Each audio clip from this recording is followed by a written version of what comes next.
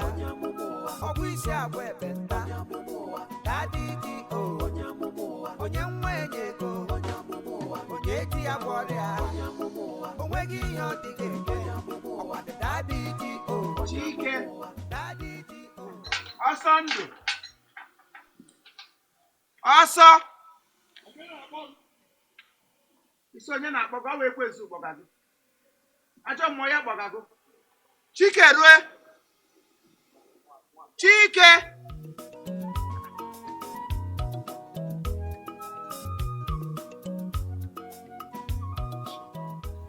Get yourself.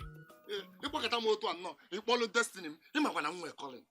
nwoke m ọnụ gbara ụka mechie ọnụ na-ese ka latrin ị nwere Colin anwụrụ mgbe ọla gị ahụ na-afụche gị na-akwụ onwe gị ka nga a na-akwụ ọka ele ebe Chike ruo nọ Chike ele ihe imege n'azụ ewekwala iwe anọ m n'azụ ụlọ na-achịgbu ụmụ ọkụkọ na backyard. Lida ndị ọkụkọ onye isi ụmụ ọkụkọ mgbe ọbụla ịdịcha bizi ọ dị time ịdị bizi abụka kpụrụkpụrụ ka Mary Magdalene na akwụkwọ nsọ mgbe Kraịst bịara ịnapụta ya n'ili Lazarus ya bụrụ agbago ya bụrụ agbaga busy doing nothing. Anyway, for na informant achọrọ m ịpụ ka m gaa hụ onye ahụ na-abịahụ ana m abịa nanụ ihe m kwuru achọrọ m ịdapụ n'okwukwe achọrọ m ka m dapụzie n'okwukwe mfa na achọrọ m ịmakpu n'okpuru trela ilu dị nka kweshọn dị ihe a ị ga-anakwata mba emeghe m final departure mma abata after the leap year after election next year 2024 ọ mgbe m ga-abata elu dị nka kweshọn chere ọ dị ka enwegolo onye ị chọrọ ibupute ele nwa anyị na-ede ele ọchị idege nwoke ọchị mmachibe gị na-agba ọsọ eluigwe chi ihe a ga-ebu matara Kraịst ndị na-ebu ngwongwo na-ebịa nga akụ mkpụrụ n'ime ndụ m gị na-ebukputere m liability ọ ga-anya gị n'eze o ọ ga-ama gị n'eze o ka m aga nna ha abata Chike biko ọ gị ka m na-agwakwa specially kingdom mark agụwa ka m hafere n'aka ọkọsị ilewe nwoke Gabon ya were ndụ Gabon kwadara m ụlọ nsọ onye ọbụla bịara nga achọ m were akwụkwọ were bairo detu ahụ onye ọbụla dee information o jiri bịa dee prayer request dee nta ya dee imo ya ka kacha mkpa enwe ndị biri so seed ihe ọbụla ha buru bịa nga biko ekwela egbe buru ya jisie ya ike keep it to me mbata gị nye m account. Okay, Daddy. Daddy, biko, thank you very much for this privilege. Biko, achọrọ m ka isi ọsọ ndụ warning. Because ochepuga na amami ihe mi na agabiga n'ụlọ a. Daddy, how my assistant gị? And then when such assistant authority, but I'm sick of me exercise. Also actually working them. Because share warning. Because I'm the level of anointing water from Daddy. I'm release on him or guy like him. Ikwoti shakpari onwe gị. Nwata ibe gị, a fellow mate. Onye na-atụrụ ụjọ. Ọ baka na ịhụrụ otu ogologo nka ka gị nwatụrụ ya. Ọ bara gị ịbagwụrụ ya. Ya ma na-arụ ọrụ site n'ike nke ṅụrụ ihe. Gị na onwe gị na-arụ ọrụ site n'ike nke my father. Ekwuole m otu m si ọ baga gị ịbagwụrụ ya. Put eye into my ministry. Yes, Daddy. More grace, Daddy. More Louisa. More me. Or more Cordelia. Fresh anointing.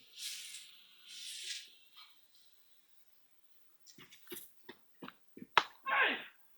What's on do? Can you cook it up? Can you cook it up? Can you quiet? What's on do? Can you quiet? I'm making it now. It's on PV. Make your son over 50. But we better than.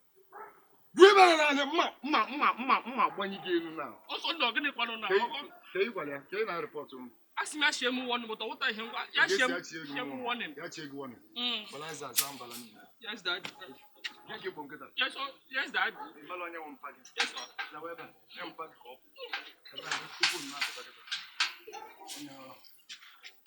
Sabia, and then I can want it. Oh, when I shot him, but shot as I'm your baba, you won't know it. You are not.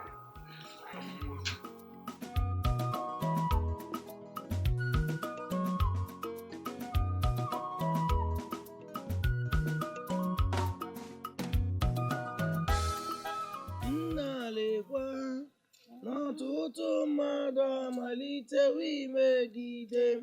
ha na-asị ọ dịghị nzọpụta nwere na gị ma n'ime gị ka m tụkwasịrị obi m niile chimekwekwala ka ndị ụwa jọọ m olee chimu nnalekwa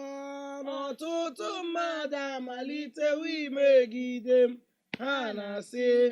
ọ dịghị nzọpụta nwere na gị ma n'ime gị ka m tụkwasịrị obi m niile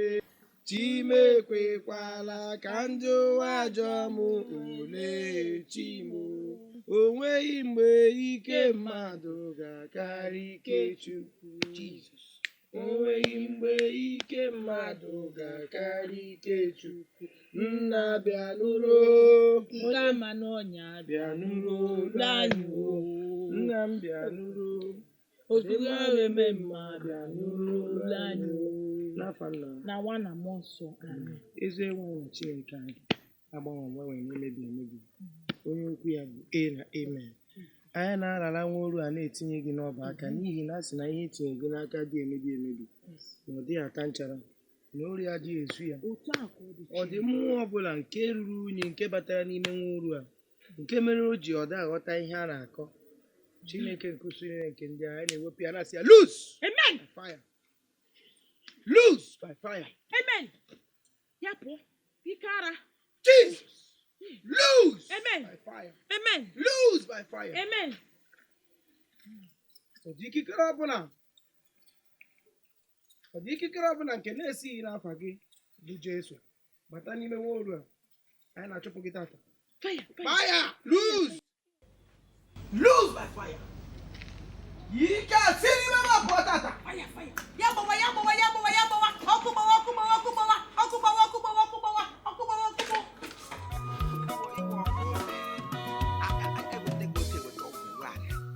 aka shiri gị ke n'ọgwụ ebe ụwa Chukwu a ga-egbu n'onwe anyị onye ahụ si lie ya amara m ama that my father enweghị ike lead m to wrong place. ịgbalị ala iwe ikwu amaghị ibeji ya ihe iwuwe ibeji m daalụ ịghọtara ebe m si thank you nna m mana ịgbakwara ajọ maka Chineke kere m na gị makwa ha many family na-agachitara nga ahụ ike chinetọgbọ ya udokwedukwara ihe nka ememe ihe ọjọọ kpọrọ gị gazi gị ụzọ ọwụ katun m mega egwela egwu iwe ịhụla n'ụwa ịhụnanya anụ awala m onye ọjọọ nụ gazi gị ebe mere ihe mmiri egwusakwaghị egwu ụmụazị na-egwu onye ego abụ oyimokwa elekere nke mgbankụgba ejikọrọ m egwu ụdị egwuregwu anwakwala ya nwa ihe ịgọtakwara izibekwa ya ihe ibekwa ya ọ ka m siri gị ụzọ the wall have way ngwa na ihe mere n'ugbu a ka m bịa ma bịa lawa nlarụzi ugbu a ka m gaga amalite ọrụ otu esiri gwa m ya ma ebido ya ozugbo ma elele otu anụ ọjọọ n'ụkpụrụ ọnwụ ya Nwa-Aba fada Nwa-Aba kọsị ya Oringo Nwa-Aba fada aka n'elu ga-eshi abịa ịga n'ihu n'obodo a ama agwa ya sị dat na dibịa gwọrọ ọzọ mana ọzọ bụrụ dibịa ọ gara gwọ ya ịga egwa ite mụ na onwe m kwara alọ nja n'ime uwe ọcha ya white ass onye hụ gị na-ebe iyi white ya sịrị na iwu na onye nsọ ịgụtara nụ ị ga merie ya ihe mere ahụ ịhụla n'otu esi gbagisi gị yuzuo ya tikwe ya ọfụma ihe ntị mara ma mekwa ọfụma ihe ahụ arụwaja mana m abụkwa gị biko ịnakwa abụkwala nke m ma ọkụ ebe na-abụkwa ndị nke gị abụkwala nke m mekwara ọgwụ ọbụla agbọpụrụ ka agbọpụrụ nwere ibutite ndị igela ọgwụ ọrụ n'ọnụ ijiri ele ige nwe ihe ọzọ iji ahụ eme a ga-agbọpụ ya n'aha nna m ụkwa m kwuru ma ala anọ achọrọ m ịga na nke dị ụzọ ije ma aga na nke anụ enwe obere ọgwụ Why ya fertilizer? etigre ha manure. Metụtụrụ ha nwobere ọ dị ka enweghị onye metụrụ kpakparị ihe mere Ngwa alright okay gbajisi ike o kelere m ndị ngagịsa ha na Jio Nduka ọ dịkwa mma ihe nọ akanshi bago ọnụ akanshi abago ọnụ bakwa m ọnụ akanshi ọtọ nshi akanshi ele bụ ụka ka esi ka ewọlara ime mpata akanshi osi ahụ ole Jio akwa m nwe chọọchị gị eso akwa m ụlọ ekpere ga ọ bụ ụlọ ekpere kem na oke gị kedu oke m mbanụ ụlọ ekpere ya o tiri ya n'ụlọ ekpere m wepụtara n'ụlọ ekpere ụlọ ekpere tito onwe m ka anụ akanshi aba m ọnụ akanshi abago ọnụ akwa ya ababa na gị ọnụ Nduka ibe gị katun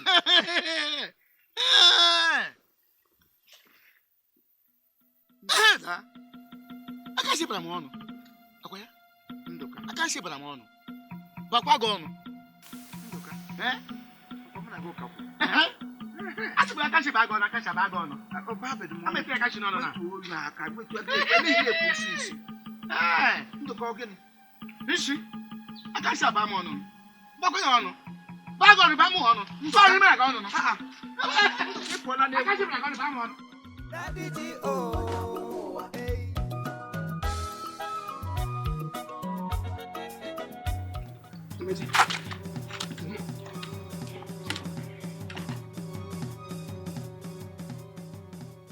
onye ara bịara nga nwoke isi nọrọ nga afụkwa onye ara ji ọsọ na-agba n'abata ga-esi ya na ma nọdụ ya onye ara kwa onye ara onye ọbụla nwere gbakpata ọsọ nga kịtịkịtịkịtị ga-egwe ya na ma nọdụ ya onye nwe m ị na-agbaso ose ndị ala achọ m na ngwa nwe ndị egwu ọgwa chem na ngwa na-agwọ ndị ala ụjọ onye nwe gị ọ na-agba ọsọ ndị ara eche m onye nwe gị na-agwọ ndị ara agwọ m ndị ara ma gwọtabeghị m ara ka ị nọ n'ime ndụ gị ka ị maha na iwu onye ara ị maha na okwu ikwuru gba n'ime na onwe gị onye ara na iwu complete man onye ara gị sị na onye ara gbabata nga gị sị na m anọdụ ya gị sị m ya ọ na-atụzi ụjọ eleta m ga-esi atụ ụjọ mkpakpa niile m na-akpa nga ọ na-ada anụ ya mana ị kwesịrị iwu my protector ibibere m baịbụl aja agwọ ndị ala na ka ị na-agba mgbe ọbụla ị na-agbakasị m n'ọsọ ka onye aka ya na-adịrị ọcha ka bụ nsogbu gị biko ọnwa ezigbo onye izu nji wee bịa ebe a kịta ezigbo news nwere memba bịara akụ mkpụrụ mgbe m pụrụ anụ nke ikwu memba onwe memba ịkakpa enwere moto ochie na enwere moto ọfụ pụta kịta afịa kịta awụ fada Nwa-Aba egwu eji eyitiela na onye bụ fada Nwa-Aba gị ọwụ egwu iji fada Nwa-Aba gị ọwụ moto tren egwu eji ele ihe na-arụ Nwa-Aba nwa mbashi makwa nga echi nweta ahịa na Nwa-Aba ya nwa mbashi nwa gị nwoke na nwa onye nwoke mgbe ọrịa nta ọ na-aga skuulu nga Nwa-Aba na-ayọshi imi mgbe ọbụla m si oke jiri imi ote jichapụ ya ha nna mgbagodi ikpi m Nwa-Aba emego ihe n'ime nwụrụ gịnị ka o mere Nwa-Aba agwọọla ụwa kwee onye ara ịgwọ nwụrụ ya Jizọs igwe nna gị igwe mpampa gị igwe ele ihe na-amalili elu ka nwa ipere ele ihe Nwa-Aba mere m na-emebedu ọrịa niile m na-agwọ nga agwọ nta agwọ ime agwọ fibroid agwọ achere agwọ nọ n'ala ahụ egbe agwọ ebunte enwekwala esi m gwụrụ ọrịa nga aga ịmali elu ka awọ dagara na mmiri ọkụ nna gị jiri wuru igwe ka m nụgụ kpam n'ọnụ ka m mega nụgụ kpam n'ọnụ m wuru igwe te ka ọgọ te gị pik eze gị ka pọpụkọ idiot isi Nwa-Aba mere gịnị arenji ka anyị na-arụ hapụ ihe a na onye ọbụla ma ihe anyị na-arụ ebe a ọ arenji o nweghị ike ịkpa ịkpaghị ike shishi hapụ ya gịnị ka Nwa-Aba etusa na ọbụdụ onye ara gbanwere akwa gị sọ gwọọla onye ara Nwa-Aba onye nyere ike onye nyere Nwa-Aba ike n'ugwule mgbe ị nọ na akwụkwọ nsọ na Kraịst kpọrọ ịkpọ ndị apọstụl kpọ ha apọstụl Timoti apọstụl Juda apọstụl dis enwe mgbe ị nọ na akpọrọ apọstụl Nwa-Aba osisi ọma nga gwụrụ onye ara he fitted Nwa-Aba he fitted ha ga nọ n'ọdụ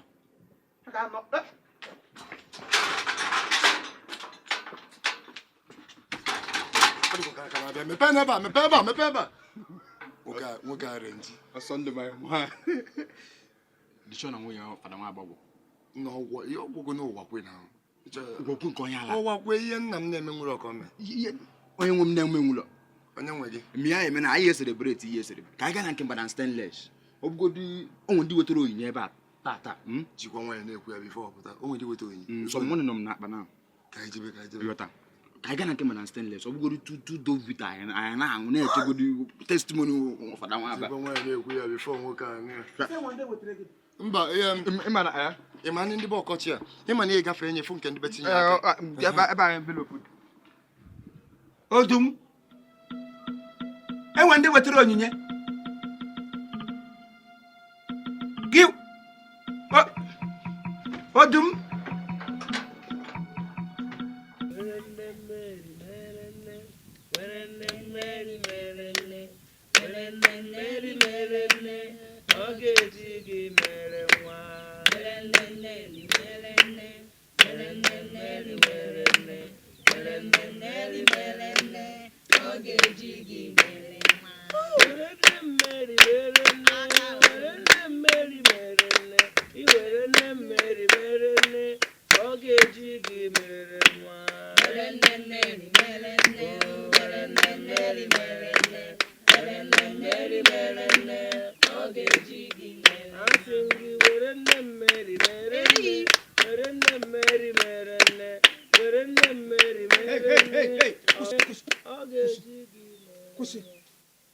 ndị hụrụ ejere n'anya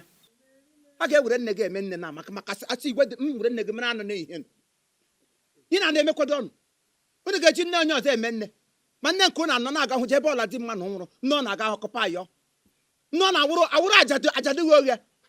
unu ga-eji nne onye nzọpụta nwaanyị na-ebudu njọ ndị ga-eji eme nne kaba ahụkwa ọnụ na kemeri Chineke kpọsọ n'ọkụ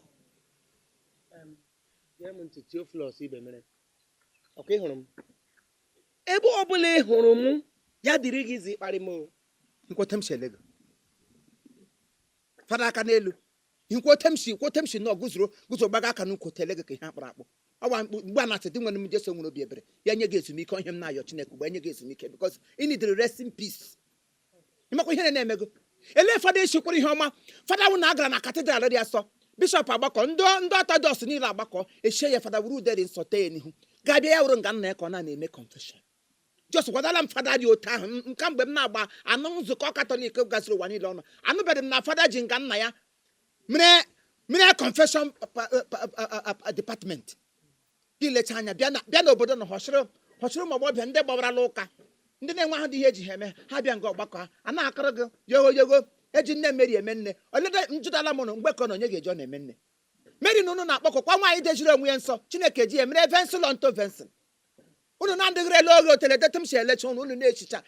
ọnụ na di alụdị di alụọla m di alụdị m di unu bịa nga anụ na eji nne Meri eme nne lekwa anya m agwa ga abịa debe nga abịa ka mụ na unu bịa nga arụ aka n'ọdịsue niile ihe mbịara bịa iji gị ụwa ajịja otu ajịja na-achọ m ka esi amịa nga ụgwa ụwa kwe ị gara ga gwara onye si gị ụgwọ ụwa kwe nọ under my custody ya ụwa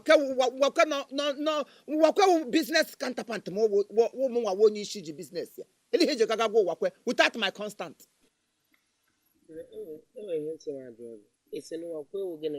ụwa kwe wụ kọstọma ma my counterpart ara ụwa kwe na-agbata ọ na m ka achịgara n'aka sị m ọrịrị ya mgbawo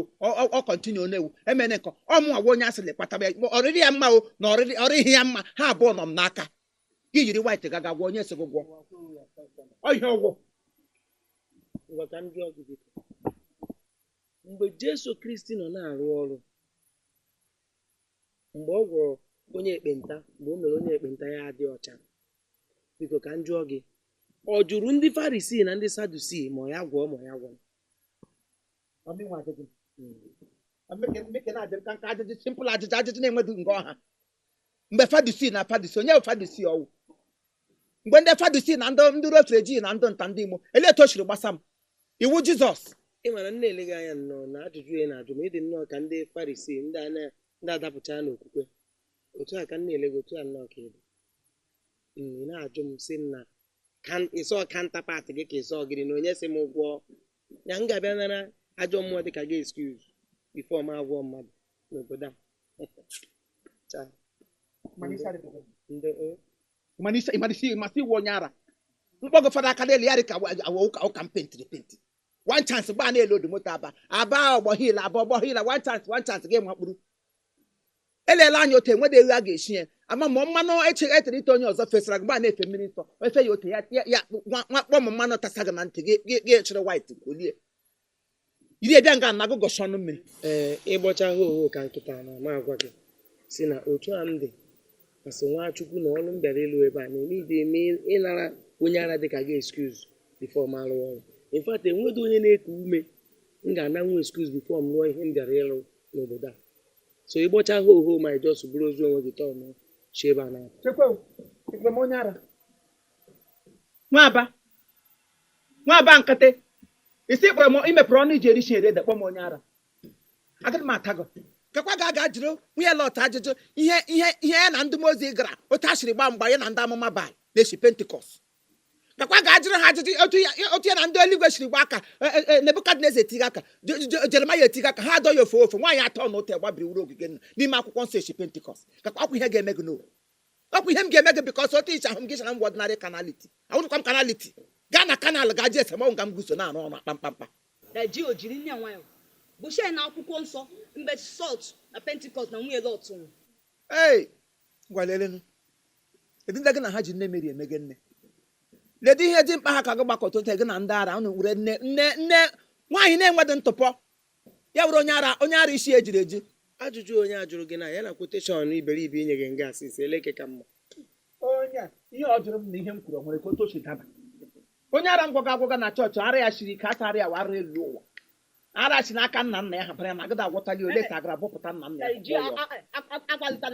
akpalikwana m lelee ihe m hụrụ ihe ka m ji hapụ ya sị ka ọ ga mee testin gị hụrụ ọghọchara dajiji ka njigodi gị okwana iwe onwe ihe dị iche na gị na onye ara otu idikịta isi nnọọ na geeti gbara iri ka nkịta ara gbara bịa ebe a buru mma negodi ka ị dị ife na-agwa mmadụ okwu ịbịa ebe a na-asị na anyị dị ka nke a na anyị dị ka nke ọzọ ọ nje ratarara m ya ka m bịara ebe a ka m nara ngozi ka m gbanwee n'ihe ọjọọ i mere n'isi m niile biko abịakwana ebe inye anyị nsogbu kirigodi fisi dis place sef bifo bịa na-ekwu okwu ebe a biko mmere ife ndị a si n'ebe pụọ ife ya agwụgazie m ike n'ebe otu si n'ọrụwọ njọ niile imekọba n'isi ya ka m bịa ka ekpepụta m lekwe nkweta m si ele gị dị nga m chere ego na-awasị ihe anya n'ọkpara wa ụbụrụ ọwụ dị fisi na-ele n'aka were shọvel bụrụ n'aka eme aka otu ekirike fesi ị ga-ama fensị ala lụda ala dị na nwa ihe wu mkpa gị ndị na ị na-eto agarị ebe ọbụla akụrụ kporo m ịtụgedio ka ụgbọ onye ka ị na-ede na ele ihe ọzọ chọrọ bịa chena ndị a na ha bịara na ngozi ga-enwe onwe gị oge na ma ha tụwadị gị ime gị ịkpọ m onye oshi gụ na onwe gị ị ga-esi n'obodo na-apụ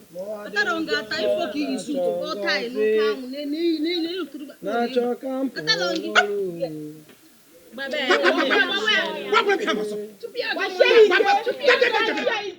right, thank you very much. This is Chief Imo and his crew. We beg all of you to keep subscribing to our channel, Chief Imo Comedy on YouTube. As you do that, God will bless you. God will bless you. Hip, hip, hip. Hooray! We love you.